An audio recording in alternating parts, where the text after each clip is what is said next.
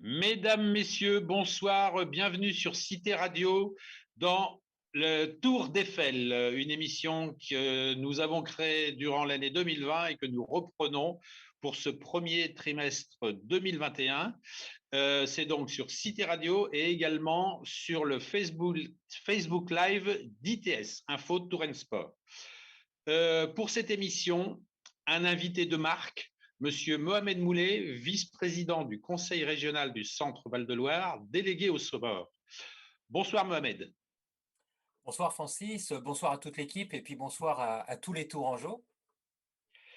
Bon, alors Mohamed, comme je le disais, vous êtes vice-président du Conseil régional, chargé des sports. Vous avez sous votre responsabilité, entre guillemets, 6 départements, Loiret, Loir-et-Cher, Indre, Eure-et-Loir, Cher et Indre-et-Loire. C'est bien ça? C'est bien cela. C'est bien Voilà. cela. Alors, quels sont les… Je vais commencer directement, la première question assez globale. Quelles sont les actions du Conseil régional dans le domaine sportif? Alors, simplement pour rebondir, je n'ai pas la responsabilité des Oui. 6 territoires, des 6 départements, mais effectivement, vous avez raison de citer, de rappeler les 6 départements qui constituent notre territoire régional.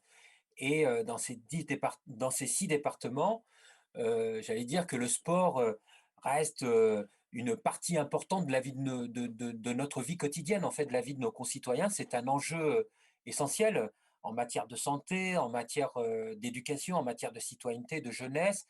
Le sport n'est pas que performance, n'est pas que compétition, n'est pas que match. Et c'est vrai qu'à l'échelle des 6 départements, le sport occupe une place essentielle, une place significative. Et donc, il convient aujourd'hui à la fois de rappeler donc, notre zone d'intervention, mais aussi de rappeler que le sport, notre politique sportive, elle concerne tout l'écosystème de ce qu'est le sport dans sa notion de politique publique, mais aussi dans ses perspectives qui peuvent nous donner à nous politiques, à l'ensemble des acteurs du sport, pour assurer que notre territoire saura porter cette question qui, ma foi, est pour beaucoup est essentielle dans un cadre j'allais dire, un peu renouvelé, dans un cadre coopératif renouvelé.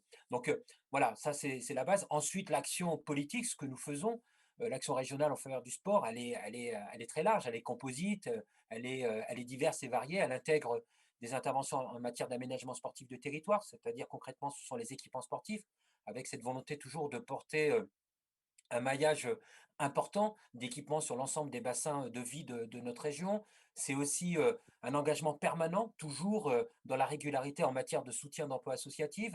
C'est aussi l'animation des associations, des clubs, en favorisant, en développant la pratique, l'éducation. On porte une attention bien évidemment particulière à l'action du mouvement sportif, à l'action des bénévoles, à l'engagement d'un grand nombre des bénévoles qui souvent assurent dans l'ombre au quotidien la vie des clubs et des associations. Bien évidemment, c'est le soutien aux grands clubs, c'est le soutien aux clubs amateurs, c'est le soutien à l'investissement, c'est le soutien aux CREPS.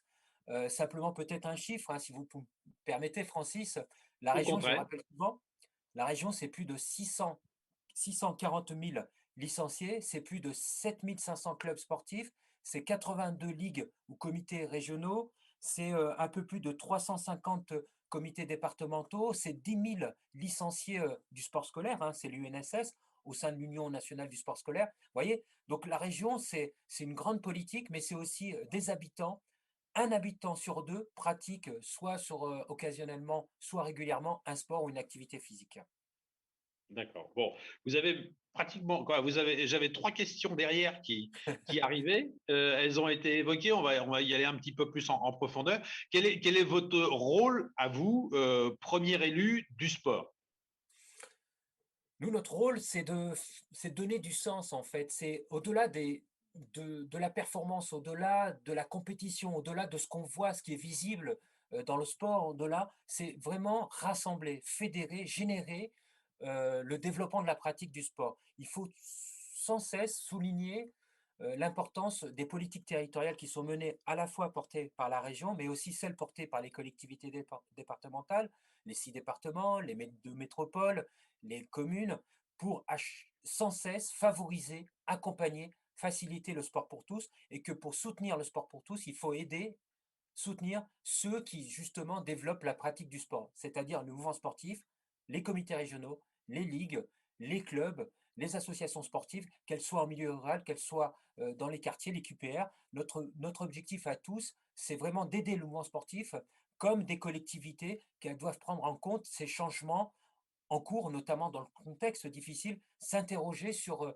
l'accompagnement que mérite le sport, sa pratique et son développement. Voilà, ça c'est, j'allais dire, c'est la base de notre politique sportive portée par la région. Il faut peut-être rappeler, Francis, sur un plan plus institutionnel, sur un plan plus politique, que la loi NOTRe précise que les acteurs publics, que les institutions doivent, en matière de sport, se concerter, c'est-à-dire travailler ensemble, co-construire, afin d'assurer ce que j'allais dire la gestion de ce qui constitue une compétence partagée. Le sport n'est pas, j'allais dire, une compétence unique portée par la ville, une compétence unique portée par le département, une compétence unique portée par la région. C'est pas cela, c'est une compétence partagée. Donc notre but à tous, il s'agit de créer, j'allais dire, un modèle à gouvernance partagée, à responsabilité répartie. Et donc la région Centre-Val de Loire, elle s'est emparée de cette compétence partagée qui a été instruite dès les années 2000. Il y a eu la loi NOTRe à partir de 2014 et de 2016, on a mis en place on aura certainement l'occasion d'en reparler, on a mis en place une conférence régionale du sport qui est justement l'illustration d'un travail collaboratif entre tous les acteurs, collectivités locales, mouvements sportifs, donc les associations, les clubs, mais aussi le monde économique. D'accord.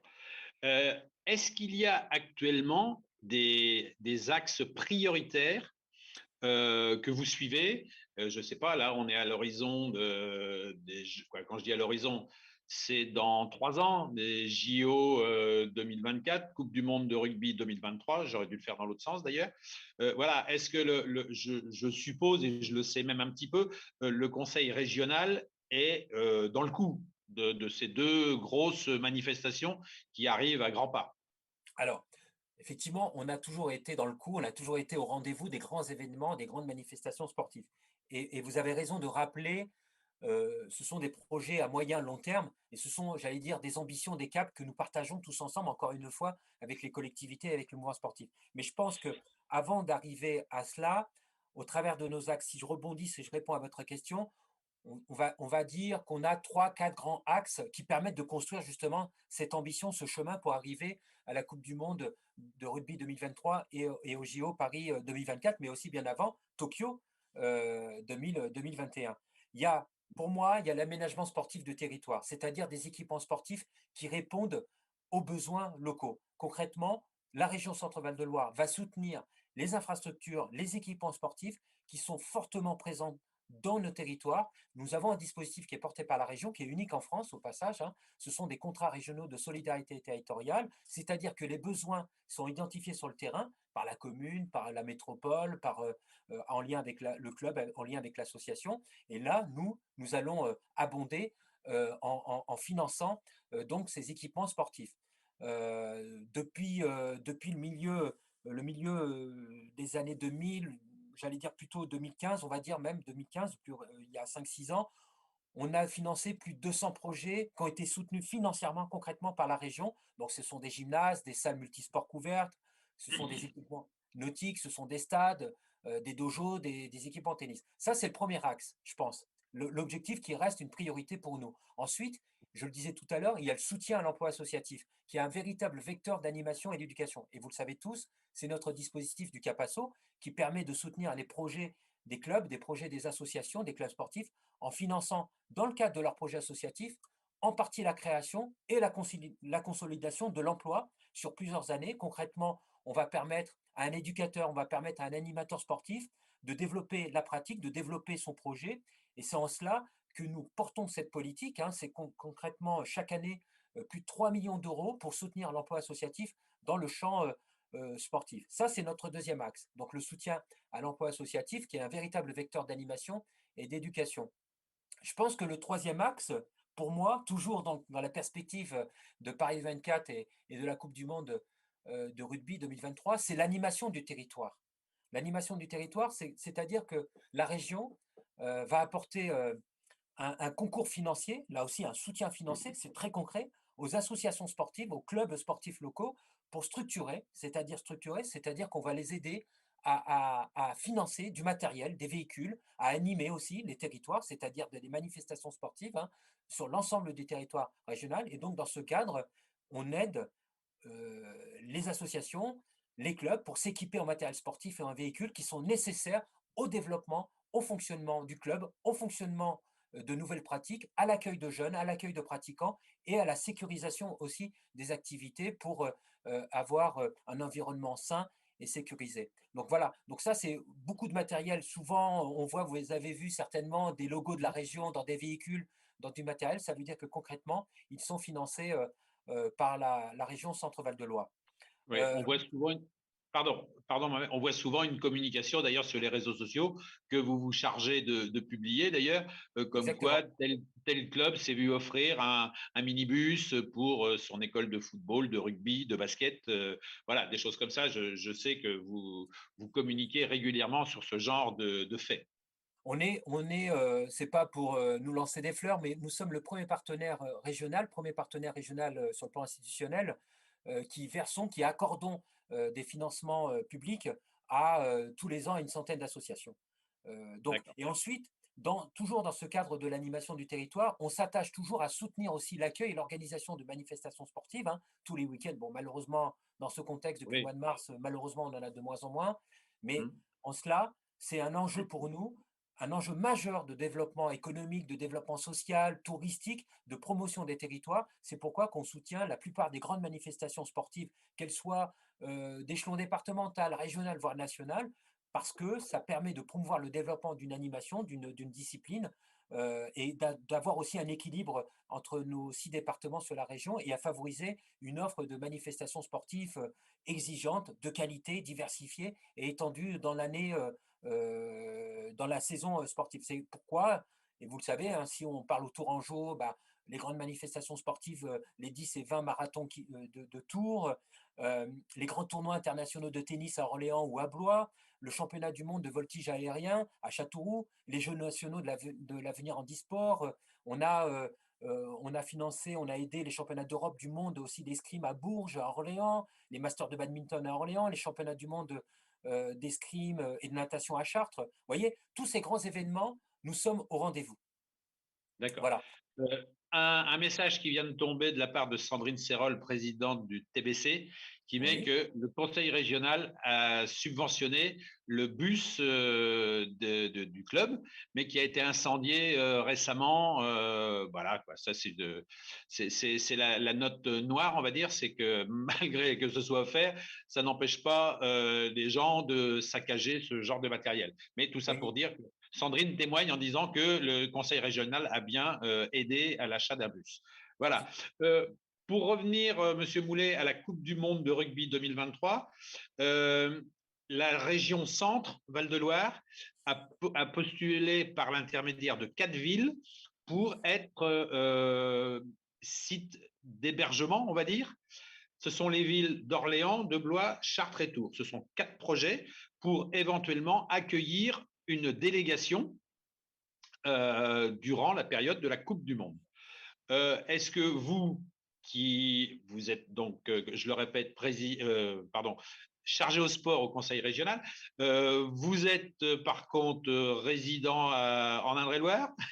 Est-ce que votre cœur penche un petit peu pour le projet Tourangeau, qui est quand même très solide? Alors, en fait, mon cœur penche pour le projet porté par la région. D'accord. Euh, la Coupe du Monde de rugby 2023, Francis, si je le remets en face de terre de jeu, en face des Jeux Olympiques de 2024, c'est un formidable événement populaire de rayonnement international. Et tout de suite, la région, avec l'ensemble des collectivités concernées que vous avez citées, hein, Tours, Orléans, Blois, Bourges, c'est un événement Non, qu'on a Bourges s'est oui, retiré. pardon, Ouais, effectivement, vous avez raison, Francis. Bourges s'est ouais. retiré récemment. Euh, Orléans, Blois, Chartres, Tours. voilà. Voilà. Donc, c'est un événement avec un puissant vecteur de développement économique et social, avec des retombées touristiques et médiatiques considérables. Voilà. Donc, la région Centre-Val de Loire a eu raison, sous l'impulsion de François Bonneau, de tout de suite s'accaparer de ce moment unique de partage, de communion, qui a un énorme tremplin pour les Jeux olympiques et paralympiques de Paris, qui auront lieu l'année suivante. Et donc, il y a eu très tôt, quand il y a moins d'un an, une rencontre entre le président Bonneau et Claude Hattier, qui est le directeur de la Coupe Oui, du monde de c'est ça. rugby, pour confirmer, j'allais dire, cette collaboration pour qu'on puisse travailler ensemble sur l'implication de nos territoires pour l'organisation de cette Coupe du monde dans les 4 prochaines années. Et du souhait que la région doit jouer un rôle fédératrice et qu'elle soit, j'allais dire, pilote ou copilote avec les collectivités, donc concrètement la ville de Tours, la ville d'Orléans, la ville de Blois, la ville de Chartres, pour qu'on puisse ensemble être acteurs pour monter un projet. Il faut peut-être, Francis, rappeler que le rugby, et je sais que Francis, vous êtes un grand fan du rugby, que la Oui, c'est vrai. région, contrairement à ce qu'on croit, en région Centre-Val de Loire, il y a une vraie culture du rugby. Il y a plus de 60 clubs, plus de 10 à 12 000 licenciés. On a eu, effectivement, vous les avez cités, 4 villes candidates pour être camp de base arrière dans notre région, Chartres, Tours, Orléans et Blois. Et donc, nous avons tout de suite, on s'est appuyé sur cette opportunité pour définir un partenariat porté autour des axes qui sont donc l'accueil touristique, la valorisation de notre outil économique, de notre agriculture, de notre alimentation, qui est une spécificité de notre région. Et en plus, le GIP Rugby 2023 nous a proposé aussi de travailler sur la question de l'apprentissage en embauchant 2000 apprentis à l'échelle nationale. Pour nous, c'est à peu près 50 apprentis en région Centre-Val de Loire pour préparer l'augmentation justement du nombre de licenciés. Voilà, donc nous, avec le président Bonneau, on a donné un accord de principe pour avancer sur un partenariat sur ce projet. Nous nous sommes donc positionnés très tôt, officiellement même, hein, ce que je dis ce n'est pas un secret, avec un courrier d'intention d'engagement en direction de l'équipe de la Coupe du monde de rugby. Et nous travaillons avec la fédération. Il est prévu, c'est en cours, mais et ce n'est pas terminé, et ça va être le début d'une phase nouvelle, de travailler sur ce projet spécifique avec la Ligue, avec les comités départementaux, avec les collectivités locales, hein, pour travailler sur l'appropriation du projet et étudier ensemble sur des engagements réciproques afin qu'on puisse ensemble favoriser des projets, des écosystèmes, j'allais dire, qui résonnent et qui puissent aussi profiter à l'ensemble des habitants de la région. Alors, je sais que la ville de Tours a candidaté, je sais que la ville d'Orléans a candidaté, je sais que la ville de Blois ont candidaté de manière autonome, hein, et c'est en cela qu'il y a une liberté de ton, une liberté d'autonomie pour devenir camp de base d'une des équipes sur toute la durée de la compétition.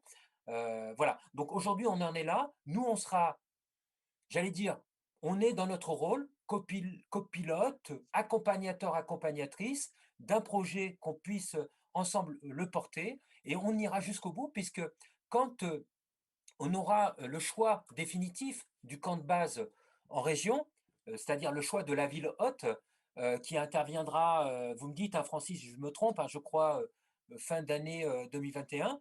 Oui, ça doit être, ouais, ou peut-être même début 2022. C'est pas, Voilà, j'avoue que, mais d'après ce que nous a dit Basile, qui est plus au fait de ouais, ces choses-là, ouais. ça devrait être à ces moments-là à peu près, oui. Voilà, on continuera nos échanges sur ce sujet avec la ville qui sera identifiée comme la ville haute pour accueillir le camp de base, mais ça ne va pas dire que la région, le reste des autres territoires ne seront pas dans le coup. Au contraire, nous, notre but, c'est pourquoi, quand vous posez la question si mon cœur penche pour tel ou tel territoire, mon cœur penche pour la région Centre-Val de Loire. Il faut Oui, que mais c'est la Coupe normal. du Monde puisse effectivement irriguer à l'échelle des 6 départements. Mais c'est vrai, il ne faut pas se le cacher, il y aura un camp de base en région Centre-Val de Loire et on continuera à le soutenir, notamment, et ça sur un sujet très concret, sur la question de l'équipement, sur la question, parce que qui dit équipement dit une base arrière, dit il va falloir monter dans l'investissement, il va falloir financer une salle de musculation, il va falloir financer peut-être des terrains de rugby, il va falloir financer des vestiaires, des salles de musculation, des salles de soins, un stade sur le plan sportif. Et tout cela, ça coûte, ce sont des travaux ce sont des travaux qui seront portés d'abord par la maîtrise d'ouvrage, concrètement par la ville qui va porter le projet, et nous, on sera là au titre aussi du contrat régional solidarité territoriale pour un ciblage 2022 au travers donc de nos investissements qui sont portés par la région. Alors, j'ai eu Rodolphe Estève, le président de la Ligue du Centre de rugby, au téléphone tout à l'heure, qui m'a aiguillé un petit peu, qui m'a donné quelques informations. Claude Hatcher aurait signifié qu'il y aurait une délégation dans chacune des 13 ligues. Donc, ça veut dire qu'il y aurait quelques ligues qui en auraient deux, puisqu'il y a 20 équipes qui participent à la Coupe du Monde. Oui. Il faut savoir que moi, je vais parler que du projet de Tours parce que notre émission, on est sur le département 37 et On que est regardé par les Tourangeaux, principalement. voilà, c'est ça. On suit Ok. les clubs tourangeaux, on aime bien les autres, mais faut Ouais. pas déconner quand même. On va dire que le projet est solide puisque l'installation hôtelière qui a été choisie a fait ses preuves durant le championnat d'Europe de football il y a 4 ans en accueillant la République tchèque. Les installations sportives sont la chambrerie, bien évidemment avec des travaux comme vous les avez évoqués. Là, c'est le dossier le plus lourd. En termes d'infrastructures médicales, il y a tout ce qu'il faut. Il y a le lycée, la salle le gymnase, voilà, à Vaucanson. Voilà, on va dire que le dossier Tourangeau est bien ficelé et surtout, la SNCF étant un partenaire très privilégié, il faut dire que Tours est quand même super bien situé avec le TGV qui va partout. Hein, on est d'accord. Ce qui n'est pas le cas de Chartres, de Blois et d'Orléans. Voilà, c'est pour ça que j'amène ma pierre à l'édifice dans le côté Ouais. positif des choses. Oui. Mais Euh, c'est. Là, Ouais. on a fait avec Rodolphe une petite estimation avec le tirage au sort qui a eu lieu. Oui. On est tous les deux d'accord sur l'Irlande qui pourrait éventuellement, Ah, ça qui serait un pourrait beau être, coup. ouais, parce que l'Irlande, c'est 4 matchs de poule, c'est 2 fois au Stade de France, c'est 1 fois à Bordeaux et 1 fois à Nantes. Ce D'accord. qui résume ce que je disais en termes de TGV, c'est assez simple. Mais Voilà. c'est vrai que la région dans sa globalité, qu'on soit, et on en reparlera sur la perspective Paris 2024, et sur la Coupe du Monde 2023, on est très bien positionné globalement. On est très bien positionné, la proximité, la qualité de nos infrastructures. Vous parliez, si on reste sur le projet Tourangeau, et vous avez bien raison, Francis, de citer le lycée Vaucanson. Nous avons beaucoup investi autour du lycée Vaucanson. La station tram, l'arrivée du Oui, tramway sur Tours Nord, la c'est ça. qualité des infrastructures. La Chambrérie est un site, effectivement, si on reste là pour vous, Tourangeau, que je connais bien ce site, c'est un site qui est formidable, qui a toutes les qualités, tous les atouts pour répondre effectivement au mieux au cahier des charges du GIP Coupe du Monde Rugby 2023. Nous, aujourd'hui, notre objectif à tous, c'est qu'on puisse trouver une position commune qui consiste à travailler avec l'ensemble des acteurs concernés pour équilibrer les positionnements chacun, notamment sur la question de la position financière, parce qu'il faut le dire à nos concitoyens, à nos Tourangeaux, qu'il y a un ticket d'entrée aussi sur la Coupe du Monde 2023. On est sollicité, il va falloir qu'on y réfléchisse, comment on répartit de manière égalitaire avec la ville, avec la métropole, avec le département, avec la région. Voilà, parce que c'est un projet, encore une fois, qui doit être porté collectivement par l'ensemble des forces vives, par l'ensemble des collectivités, pour que l'ensemble du territoire qui sera concerné par l'accueil du camp de base, mais aussi par la région, soit irrigué par la dynamique et puis par les festivités de la Coupe du Monde 2023. D'accord. On va changer de sujet, Monsieur Moulet. On va passer aux Jeux Olympiques. Pardon, non, non, j'ai sauté une ligne. Au sport handicap. Voilà. Mais ça va aussi entrer dans le cadre des JO 2024. Nous avons D'accord? reçu dans le grand débrief il y a quelques jours 2 athlètes handisport, Alice Mété et Tiffaine Soldé, donc sprinteuse et sauteuse en longueur, ainsi que leur coach Guillaume Bonnet. Il faut savoir que pour situer les valeurs de ces jeunes filles, Tiffaine Soldé, par exemple, a obtenu la meilleure perf mondiale U20, donc moins de 20 ans, en saut en longueur avec un saut de 4,84 m. Donc voilà, il faut savoir que le sport handi, euh, dans la région centre, vraiment, on va dire, à une marraine en la personne de Marie-Amélie Le Fur. Hein. Oui. Et ces jeunes filles sont des espoirs pour les JO de 2024. Euh, J'avais quelque chose à vous soumettre parce que Monsieur Bonnet nous a exposé quelque chose qui est un petit peu désolant. C'est-à-dire que ce monsieur, quand les jeunes filles partent en compétition internationale, elles sont prises en charge par la Fédération française d'athlétisme, mais lui, entraîneur de ces jeunes filles, s'il veut les accompagner, c'est à sa charge.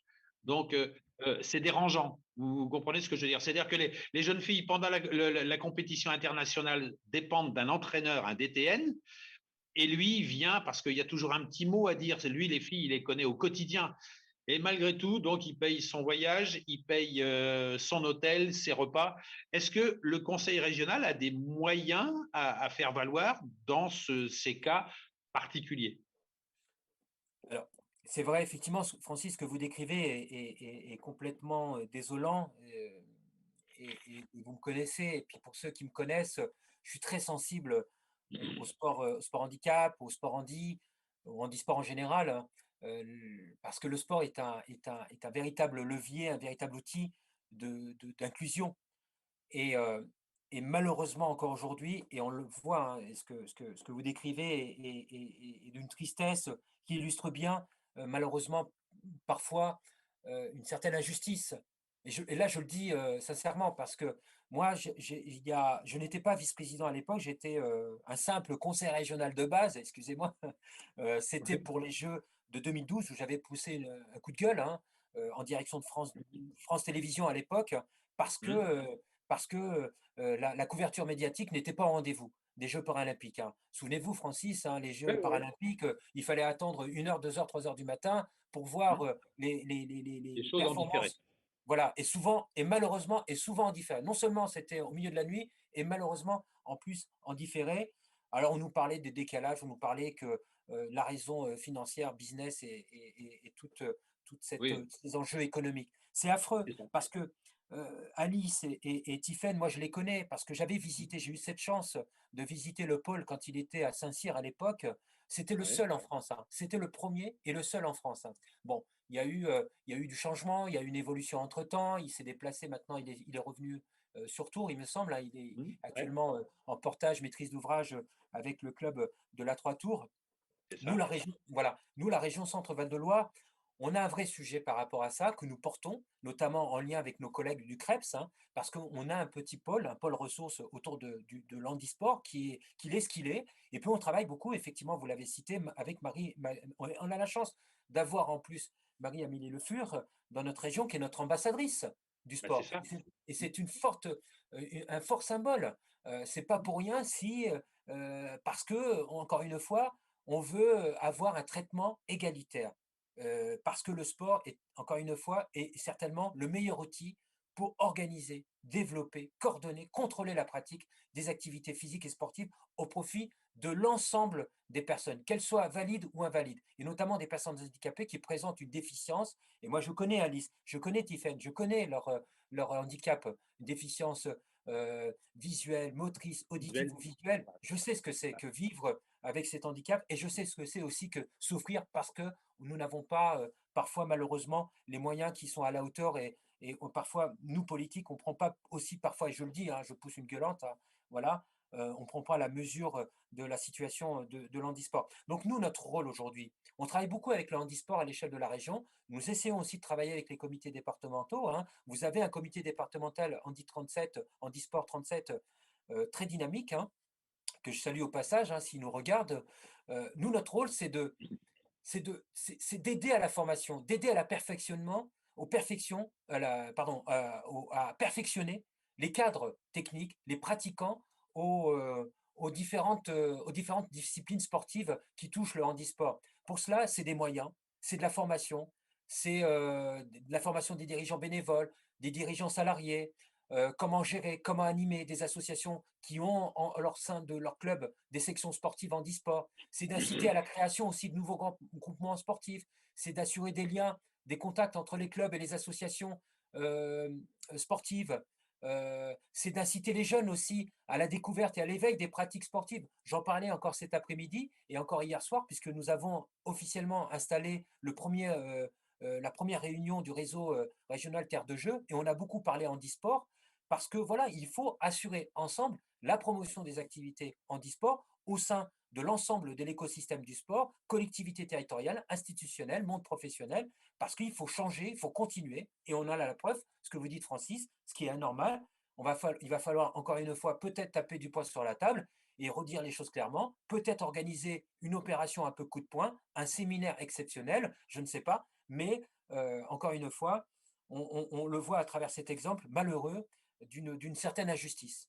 Voilà ce que je peux vous dire, Francis. Mais on est là, on a des outils, nous, la région, avec l'ensemble des collectivités locales. On peut être ici, répondre, je ne sais pas, peut-être, alors j'ai pas tous les détails, hein, là je découvre, hein, Francis, mais Oui, on oui, peut oui. les recevoir, on peut, en lien avec, bien évidemment, avec les instances fédérales concernées avec le monde du handisport, les recevoir et travailler ensemble sur ce Hmm. qui ne marche pas et qui doit être amélioré pour toujours, encore une fois, et ça c'est notre rôle, assurer la promotion et retrouver des principes d'équité et des valeurs de fraternité dans les activités handisport.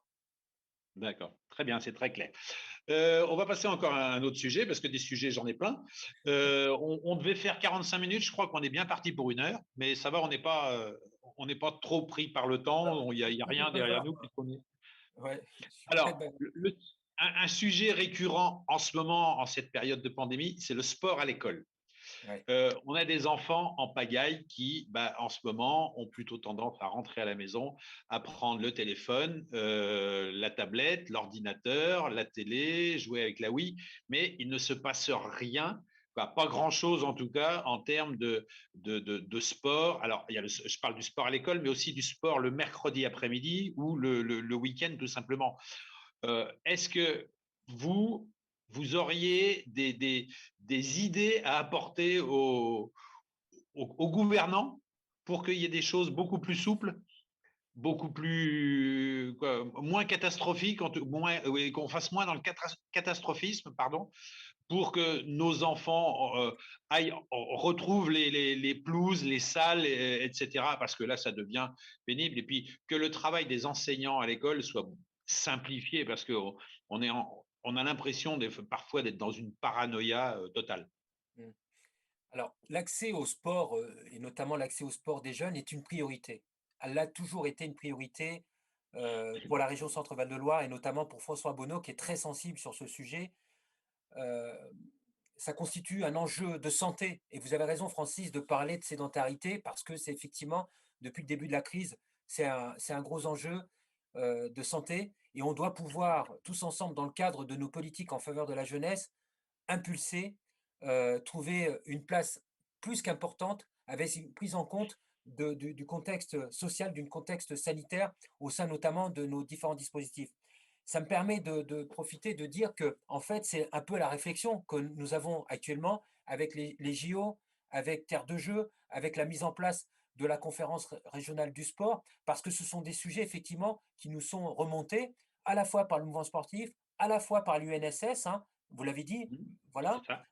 voilà. Et je tenais, au travers de votre canal, Francis, à saluer le monde du sport scolaire qui nous regarde, parce que c'est éminemment une, un enjeu sociétal de permettre à nos jeunes, à nos enfants de pratiquer une activité physique. On a eu malheureusement des drames encore ces derniers jours parce qu'il y a une forme de sédentarité qui s'est installée, parce que beaucoup de jeunes, une partie, mais pas tous, hein, et vous avez raison de pas rentrer dans une forme de catastrophisme ambiant. On n'est pas dans ça, mais il faut être vigilant. Il faut être vigilant dans le sens où le sport est un médicament dans ce contexte, est un véritable outil de santé publique. Et il va falloir donc, dans la perspective de terre de jeu, rappeler euh, l'essence même de ce qu'est le sport dans ses bienfaits. Donc ça veut dire qu'il va falloir aider l'UNSS, continuer, poursuivre. On est une région historiquement qui a toujours soutenu l'UNSS et le sport à l'école. On l'a toujours fait. On a beaucoup de réflexions, de travaux avec le mouvement sportif.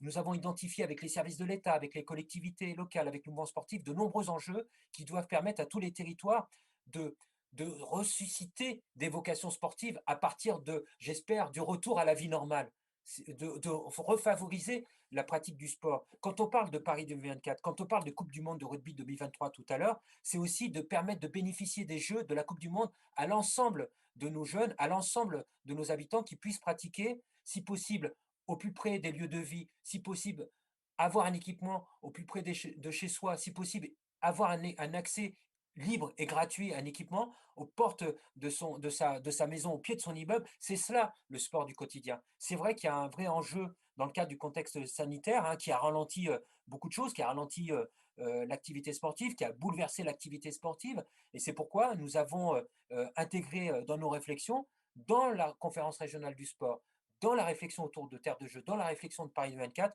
le retour du sport au plus près de chez soi et notamment en direction de la jeunesse. On a des outils, on est en train de travailler avec l'ensemble du mouvement sportif. On fera des propositions à partir du retour, j'allais dire, À la vie normale. à la vie normale, en lien, Mhm. en étroite collaboration avec les CDOS, avec les comités départementaux olympiques et sportifs, avec le CROSS, hein, donc le mouvement sportif, avec l'ensemble des comités régionaux. Et ça je le dis, je tenais à le saluer, et je tenais à remercier, j'en profite, à remercier l'ensemble du mouvement sportif de la région, l'ensemble des comités départementaux. Beaucoup d'initiatives sont prises hein, depuis le mois de mars. Rappelez-vous, Francis, hein, au travers des réseaux sociaux. Et puis quand il y a eu cette ouverture entre l'été jusqu'au mois de novembre, il y a eu plein d'initiatives qui se sont opérées sur le terrain pour retrouver une activité physique dans les clubs et au plus près de chez soi. Donc je tenais à saluer tout l'ensemble du mouvement sportif, tout l'ensemble des éducateurs, éducatrices et des bénévoles qui font un travail formidable pour qu'on puisse maintenir une activité sportive parce que c'est un vrai, effectivement, un vrai enjeu de société, un vrai enjeu de santé publique.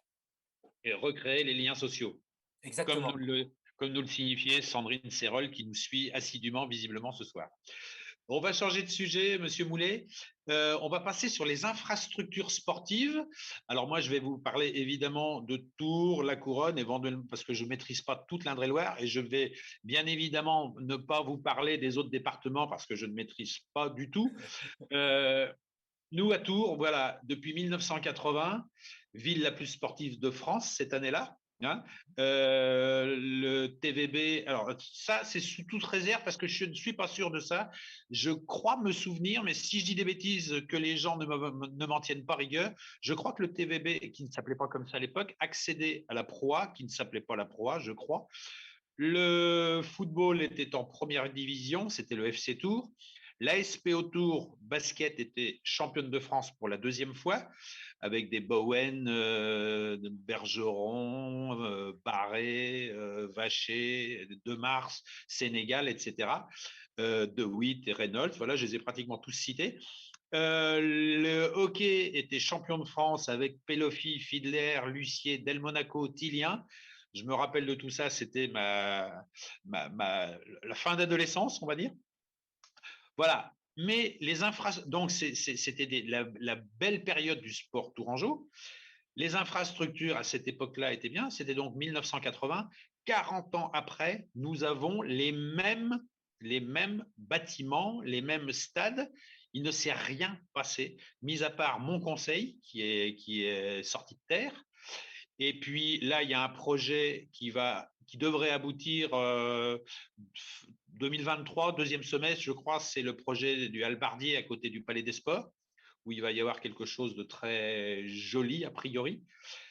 Mais la rotonde, rien. Le stade de la vallée du Cher vieillit rapidement. La patinoire, on n'en parle pas, elle est obsolète. Le palais des sports, on rafistole, on met du scotch sur une jambe de bois. Alors, je ne parle pas du stade Gramont, je ne parle pas du stade des Tourettes. Et pour moi, le pompon, c'est Tonnelet. Vous entrez dans le vestiaire, dans les douches, c'est le paradis de la verrue plantaire. Voilà. Là-dessus, il y a quelque chose qui ne va pas. Quand on compare les villes d'à côté, Orléans, Angers, Le Mans, Poitiers, ils ont des infrastructures sportives, mais nettement supérieures. Le Mans, par exemple, c'est fabuleux ce qu'ils ont. Mm. Quel est votre avis là-dessus, Mohamed? Alors, moi, je pense que pour la plupart des projets que vous avez cités, Francis, il y a des réflexions en cours. Il y a des réflexions en cours portées d'abord par la ville de Tours, hein, si on parle ville de Tours hein, concrètement, puisque vous avez cité les équipements de la ville de Tours.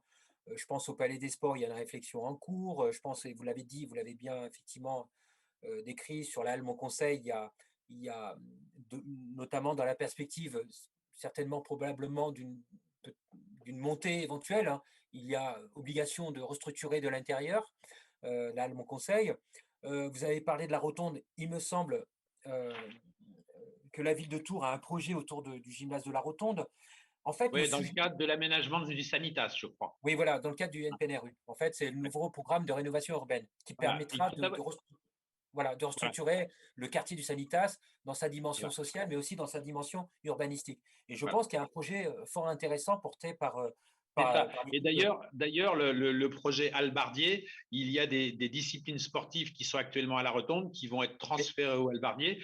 exactement. Et puis après, le projet Rotonde va se décaler un peu plus tard dans le temps, je Ouais. crois, pour refaire quelque chose aussi, parce qu'en ce moment, à la Rotonde, il pleut plus dedans que dehors.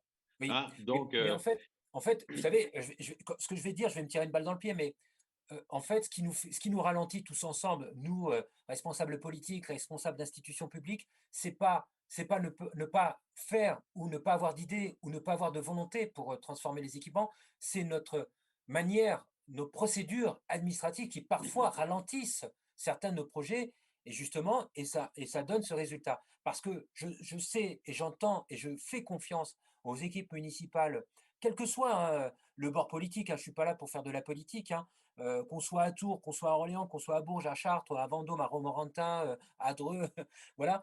Il oui. y a des volontés qui sont portées par les équipes municipales pour justement transformer les infrastructures, transformer les équipements sportifs. Vous avez raison, effectivement, parfois ils sont assez obsolètes, mais parce qu'il y a eu une époque, on a construit beaucoup d'équipements, hein. Mmh. Les clubs en face n'étaient peut-être pas encore au rendez-vous sur le plan sportif, sur le plan de la performance. Aujourd'hui, le sport professionnel est en train d'évoluer. Il a complètement changé. Les modèles économiques ont complètement changé de visage, hein. On parle beaucoup de société, on parle beaucoup de sport professionnel, hein, il faut se le dire entre nous, c'est du sport Mmh. professionnel avec le sport amateur, hein, les deux sont indissociables. Et donc, aujourd'hui, c'est une réflexion qu'on a tous ensemble, hein, et je le disais tout à l'heure, hein, on a des outils. Les contrats de pays, les contrats d'agglomération, les contrats régionaux de solidarité territoriale permettent justement de financer des projets autour d'équipements sportifs sur l'ensemble du territoire régional, je le disais, hein. Et en cela, ça part des besoins identifiés par le mouvement sportif, ça part des besoins identifiés par les collectivités locales pour justement, et pour arriver à cet objectif idéal, hein, je ne suis pas dans l'utopie, mais l'objectif pour nous tous, c'est de retrouver un aménagement sportif du territoire équilibré sur l'ensemble des territoires, qu'on soit en QPR, qu'on soit en milieu rural, qu'on soit en zone de redynamisation urbaine, et puis des équipements sportifs répondant à des besoins locaux. C'est ça notre objectif à tous, hein.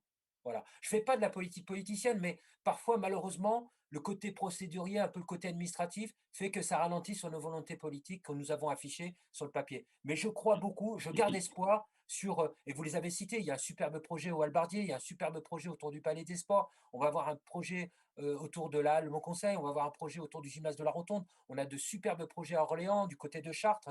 Voilà. Après, effectivement, il faut se mettre un peu à la page, mais ça prend un peu du temps, mais ça va arriver. Ouais, Moi, je garde parce beaucoup que espoir.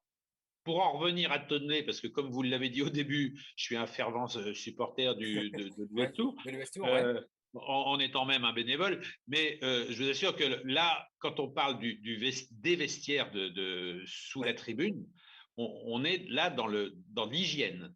Hein. Mm. Donc, Mm. c'est quand même dommage, quoi. C'est quelque chose qui avoisine 70 ans.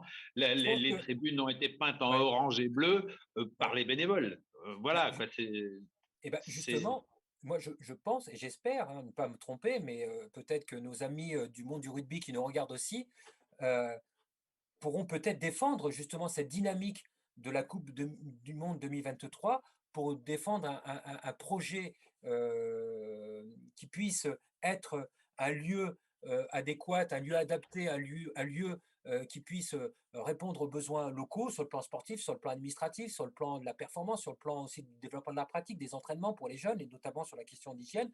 Et je sais que les forces vives du monde du rugby du 37 ont identifié un lieu pour peut-être y installer un futur équipement central qui puisse un peu j'allais dire, le futur stade. espace du rugby du 22e, 23e siècle, hein. Mais Oui, à savoir quand même que les anciens de l'UST, le stade Tonlé, c'est leur chez eux. oui, Donc, on oui, va dire que on est le stade d'accord. de ville reste la maison. Voilà. Oui, Hein, oui, mais ça, c'est pour ça qu'il faut trouver, c'est pour ça que je parlais tout à l'heure d'équilibre. C'est pour ça qu'il faut se mettre tous autour de la table, discutons, échangeons, sans malmener les uns et les autres, et trouvons des consensus. C'est tout l'art, justement, du contrat, du consensus, de l'équilibre, à la fois sur l'équilibre des histoires, l'équilibre des générations, l'équilibre entre les territoires, entre qu'on soit à l'échelle de la région, qu'on soit à l'échelle du département, mais même à l'échelle de la ville.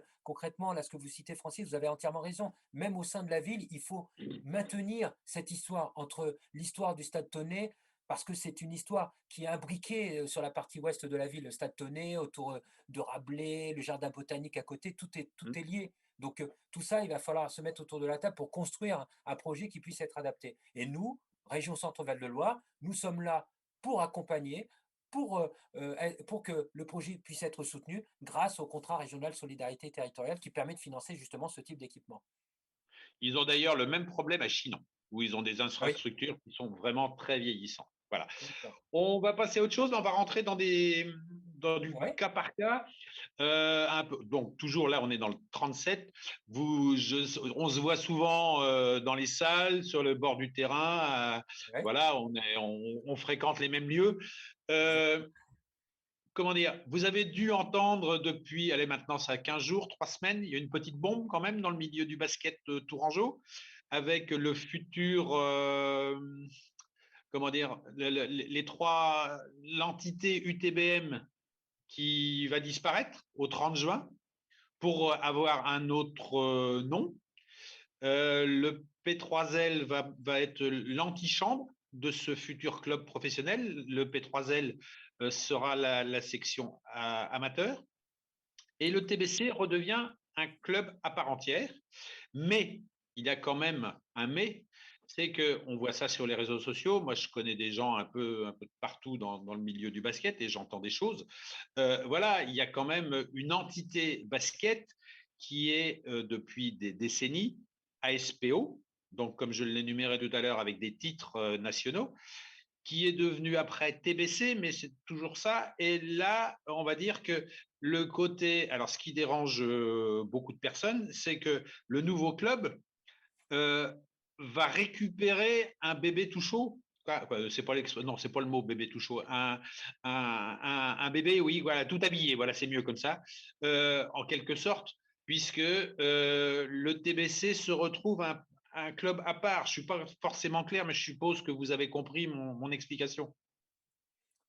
Alors, moi, à ma place, j'allais dire, en tant que vice-président en charge des sports, j'aurais du mal, mais et je continuerai mon analyse, hein, je ne m'arrêterai pas à ça, mais j'aurais du mal aujourd'hui, au stade des négociations, des discussions qu'il y a entre les deux, trois clubs, entre les différentes entités concernées, à m'immiscer, à faire de l'ingérence dans les parcours, les projets de chacun.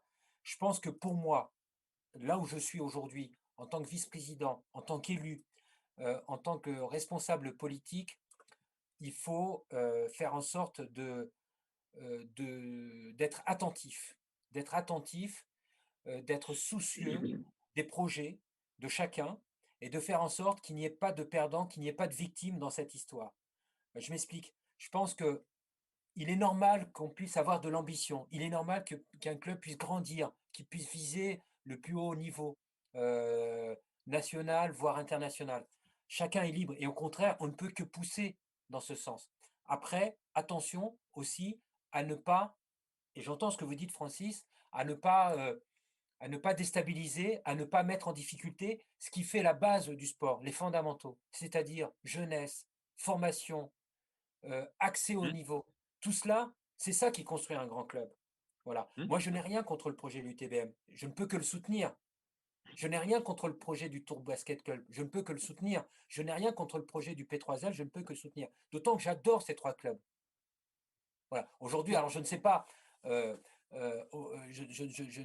ne fais pas, je ne fais pas partie du tour de table, mais par contre, si on nous demande d'être autour de la table et d'avoir un avis, un point de vue, on le donnera de par nos politiques, qui est une politique équilibrée entre les territoires, dans les disciplines, hein. Encore une fois, formation, jeunesse, accès au niveau, sport professionnel. Voilà ce qui fait, j'allais dire, l'écosystème du sport en général.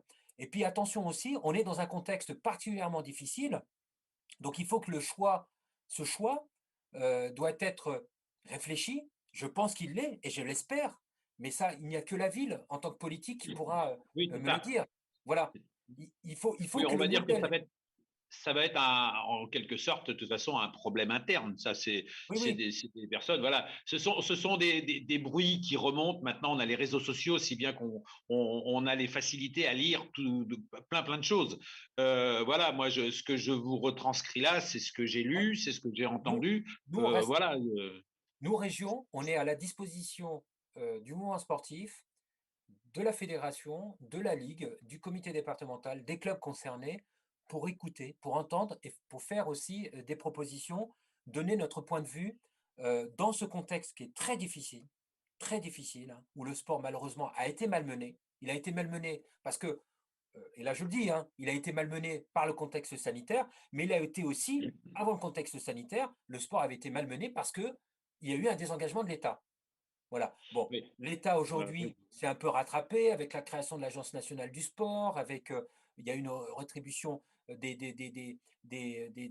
deniers financiers. Il y a eu, voilà, on n'est pas encore à la hauteur, mais il y a eu quand même un retour en arrière. Mais il faut faire attention dans le contexte dans lequel nous sommes, où le sport est très fragilisé, et à ne pas le fragiliser encore plus si ce que vous dites, Francis, ça c'est votre point de vue, si c'est votre ressenti. J'espère j'espère que le Tour Basket Club, hein, parce que vous l'avez cité, ne sera pas mis en difficulté par rapport à cette dynamique. Je ne l'espère pas et je ne pense pas. Mais après, nous sommes prêts, nous, aujourd'hui, région Centre-Val de Loire, encore une fois, à donner un point de vue et puis un avis. Parce que vous savez, le basket professionnel, l'histoire du basket est éminemment liée à l'histoire de la Touraine. Et voilà, vous l'avez dit tout à l'heure, Francis, hein, vous avez cité les grandes années de la Oui. SPO, du Tour Basket Club et tout ça. On a besoin de retrouver cette dynamique. On a besoin de retrouver le basket tourangeau, c'est de père en fils, c'est de mère en fille, c'est de fille à papa, voilà, c'est tout le monde dans la famille a fait du basket. Il y a un vrai public tourangeau dans le basket. Oui, Et il est normal qu'on absolument. puisse C'est ça. rechercher le plus haut niveau. Voilà. Et aujourd'hui, le modèle économique, ça avance très vite, hein. Vous savez, même si le basket reste très fragile par rapport à d'autres disciplines, je pense au foot notamment, parce que les droits TV ne sont pas les mêmes, voyez. Donc c'est pour ça qu'il faut être très attentif, être soucieux, être bienveillant tous ensemble. Il faut dire que là, en tout cas sportivement en ce moment, l'UTBM est dans une belle période, hein, puisque vainqueur à Lorient, vainqueur à la maison. Là, actuellement, leader du classement, on va dire avec peut-être Toulouse potentiellement qui pourrait les passer, mais on va dire que la marche en avant est quand même ça se passe pas trop mal. Voilà, on va dire les choses comme elles sont. Un autre sujet, le HH7. Mohamed, ça n'a pas eu lieu l'année dernière à cause de pandémie, bien évidemment. Pour cette année, c'est peut-être fragilisé, je suppose. Quel est le rôle du conseil régional dans cet événement qui est un superbe événement? Alors, HH7 voulant dire Howard Hinton 7, c'est un tournoi de rugby à 7, je le précise pour les gens qui ne. Il y en a très peu, je suppose, qui ne connaissent pas cet événement. Bah, c'est un superbe événement parce qu'effectivement, on se croise, hein, souvent avec vous, Francis, hein, sur cet événement qui a lieu au mois de mai tous les ans. Bah, là aussi, hein, on soutient cet événement tous les ans parce que ça rentre dans ce cadre de soutien à l'animation du territoire, parce qu'on est toujours attaché à soutenir l'accueil et l'organisation de manifestations sportives qui ont du sens, qui représentent encore une fois un enjeu majeur, parce que cet événement a une dimension internationale formidable, hein. On parle de nous jusqu'en Nouvelle-Zélande, jusqu'aux États-Unis, jusqu'au Japon. Donc c'est un formidable outil de promotion économique, de promotion touristique et de promotion du territoire. Donc on ne peut que soutenir et on continuera bien évidemment à soutenir au travers de notre dispositif de soutien aux manifestations sportives. Et j'espère qu'on retrouvera tous nos amis de Warrington très rapidement. Tiens, on va changer de département. Là, je vais faire une petite aparté. Châteauroux, football, président Michel Denisot qui revient. Des fonds saoudiens ou qatariens, je ne sais plus trop. Vous en pensez quoi, vous, de ça? Pour l'instant, je n'ai pas d'avis parce que je n'ai pas encore rencontré les nouveaux, hein. Je dois rencontrer Ouais. prochainement Monsieur Denisot et puis son équipe, notamment avec la nouvelle gouvernance de Châteauroux, la Berrichonne, comme on a Pour l'in- l'habitude de recevoir en région. pour Voilà. l'instant, ils sont derniers de Ligue 2. Bon, je ne sais pas s'il y a des conditions de maintien en Ligue 2 pour la venue des fonds, parce qu'en gros, Mm, c'est ça. mm. Voilà, il y en a de plus en plus, hein, des gens d'ailleurs qui viennent investir dans le football français. Hein. Oui, parce qu'il y Bon, a, il y a, parce qu'il y a aussi cette recherche de qualité, de cette marque dite marque française, tout simplement. Je pense qu'il y a alors, aussi cette on m'a dimension économique précisé, derrière. on vient de me préciser, ce sont bien des fonds saoudiens. Voilà. D'accord. Mm. Bon, voilà. Euh, Vous avez, je crois, là, je vais arriver un peu sur votre cas particulier. Vous avez, je Oula, crois, dans votre famille, non, mais ça n'a rien de méchant, hein, je veux pas être trop indiscret. Vous ouais, avez, je crois, dans votre famille, une jeune fille qui pratique un art martial à un très bon niveau. Vous pouvez nous en parler? oui, oui, c'est Faiza Mogdar. C'est Ouais. Faiza Mogdar, une toute petite cousine qui est au PSG, qui a un parcours assez atypique et assez exceptionnel dans l'histoire du sport français, puisqu'elle a été 3 fois championne d'Europe dans 3 catégories différentes, et puis multiple championne de France, qui a à peine 18 ans et qui fait partie de ces sportifs en devenir et qui s'entraîne avec Teddy Riner et qui a encore toute sa famille, une grande partie de sa famille au Sanitas et à Jouer-les-Tours. D'accord. Elle a quel âge, cette jeune fille? Aujourd'hui, Faiza doit avoir, j'espère ne me pas tromper dans les âges, mais je crois qu'elle doit avoir bientôt 18 ans ou elle a 18 ans, je Ouais. pense. D'accord. Voilà, voilà. Bon. Donc, on pourra la voir à Paris 2024? Ah bah Il y a espoir? j'espère, Ouais. j'espère. Vous savez, là, Francis, la région est une terre. Alors, Faisal n'est pas de la région, mais ses arrière-grands-parents et une grande partie de sa famille sont de la région. Mais la région est une grande terre. Encore hier soir, nous étions avec Thierry Gray, est une grande terre de judo. Voilà. Moi aussi, j'étais judoka par le passé au judo club de Touraine. D'accord. Ça se voit. On voit Ouais, bien c'est la correct. ceinture. On voit bien la ceinture noire. Voilà. J'ai une question de Pascal Boidron, qui est prof de tennis à l'ATG Tour. Tiens, Oui, d'ailleurs, je les ai oubliés, les infrastructures de l'ATG Tour.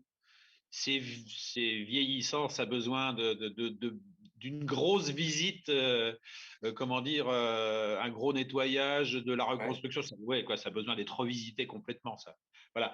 Donc, Pascal me demande, parce que vous avez une réunion avec lui concernant un projet paddle. Le paddle étant un sport de raquette qui arrive à grands pas là maintenant en France, hein, ça vient d'Amérique du Sud, c'est beaucoup en Espagne, et là ça y est, en France on commence à avoir des clubs un peu partout. Je sais que Pascal est enseignant maintenant en paddle. Alors c'est pas paddle, ça s'écrit P-A-D-E-L et ça se pratique dans une structure, comment dire, haute, quoi, un peu comme le squash, Hmm. et bon, avec des particularités, ça se joue seulement en double. Voilà, c'est un sport en vogue en ce moment, et je sais que les tennisman ont tendance à beaucoup pratiquer. Alors, qu'en est-il de ce projet, Mohamed? Alors, encore une fois, je n'ai pas la maîtrise d'ouvrage hein, sur ce projet qui est fort intéressant, puisqu'effectivement, et je salue au passage Pascal, parce que nous l'avons reçu avec le club. Et vous l'avez dit, Francis, le paddle est un sport très fun en Espagne et en France, hein. C'est un Hmm. sport de raquette, qui est une variante du tennis, hein, et qui se Ouais, joue, je entre crois, le il me tennis et semble. le squash.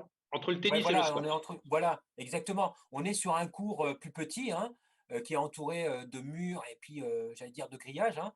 Et, euh, Hmm. voilà. Aux Donc, parois c'est du oui, plexiglas. ouais, Voilà. voilà, c'est du plexi, voilà. Et en fait, c'est un projet qui est fort intéressant, qui a une véritable dimension très économique et de développement de la pratique à la fois du tennis traditionnel, mais aussi du paddle.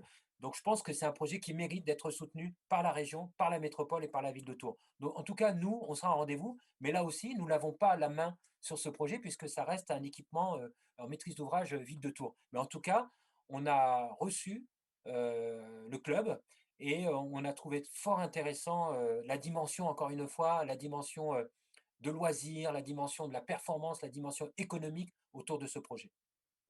Voilà. Merci bien, Mohamed. Nous arrivons, on est pile à 1 heure, donc c'est très bien. On va conclure là. Est-ce que vous avez un dernier message à faire passer? Tant pis si on déborde d'une minute. Non, le dernier message, moi je tenais d'abord à vous saluer, à vous remercier pour ce temps très intéressant, fort agréable et en toute sincérité, bâton rompu. Et moi je suis toujours disponible et je tenais aussi à afficher toujours un soutien à l'ensemble du mouvement sportif de la région, hein. Si nous sommes terre de jeu, si nous sommes Paris 2024, si nous avons cette dynamique portée par vous tous, hein, tout l'ensemble de l'écosystème, tout l'ensemble des bénévoles, des dirigeants, des athlètes, c'est grâce à vous tous si nous avons ce résultat. Et on ne peut que saluer la compétence et le dynamisme de l'ensemble des sportifs de la région. Donc notre priorité dans tout cela, c'est qu'on puisse se revoir, qu'on puisse porter encore ensemble, poser des jalons avec des axes de travail, en faisant en sorte de travailler ensemble avec des opportunités à travailler autour de temps forts, mais aussi autour du développement de la pratique. Et vous l'avez dit, Francis, notre enjeu à tous, demain, c'est l'avenir de la jeunesse. Voilà, Donc, merci à tous. en fait, le mot de conclusion sera sportons-nous bien. Exactement, merci. Merci Mohamed. Merci à tous. À, à bientôt encore une fois sur les stades, dans les salles au CTHB, au TVB, etc. Pour enfin applaudir et crier et encourager nos clubs. Merci Merci, bien. À tout bientôt. Et à bientôt. pour les auditeurs, à lundi soir pour le grand débrief. Salut à tous. Salut.